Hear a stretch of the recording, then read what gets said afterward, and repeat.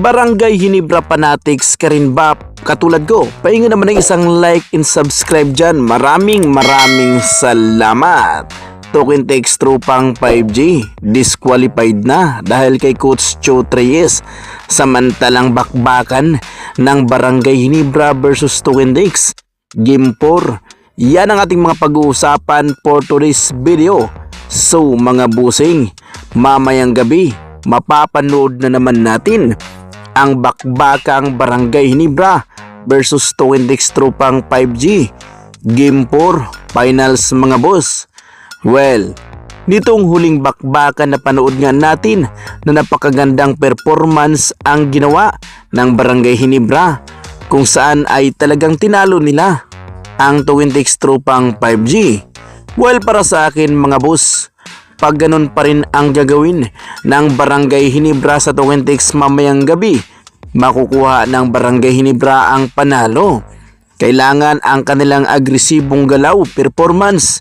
Talagang kailangan nilang magiging intensity sa naturang bakbakan dahil yan talaga ang kailangan, hindi kagaya nung Game 2 mga boss kung saan ay napakalamya nga ng Barangay Ginebra. Tila pagod na pagod at tinatamad sila sa bakbakan kaya tumabla sila doon dahil natalo sila sa Token Text.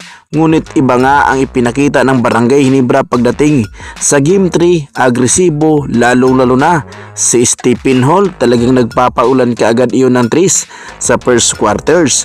Kaya sana ganun ang mangyayari at ang prediction ko rito ay magandang bakbakan ng ating mapapanood dahil panigurado gigil ang Token Text tropang 5G na makabawi sa Barangay Ginebra dahil kung sakaling matalo sila rito ay panigurado mahirapan na ang Token Text na makabangon dahil 3-1 ang talaan.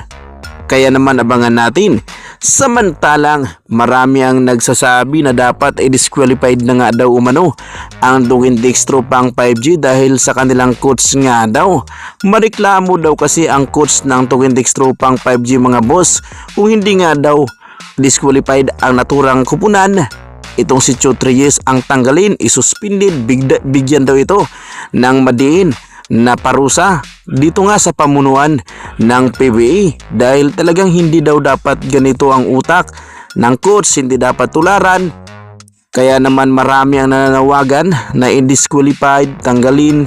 Well, para sa akin mga boss, hindi kasi natin mapipigilan ang nararamdaman ng isang coach. Kahit sinong head coach kasi mga boss ay pwede namang magwawala dahil makatanggap naman yan sila ng parusa galing nga sa batas ng PBA. Gaya na lamang nung nakaraan, tinawagan ng suspension, technical foul, kahit ano-ano pwedeng ibabato dito ay Coach Cho Reyes, lalo na yung kanyang pagmumura.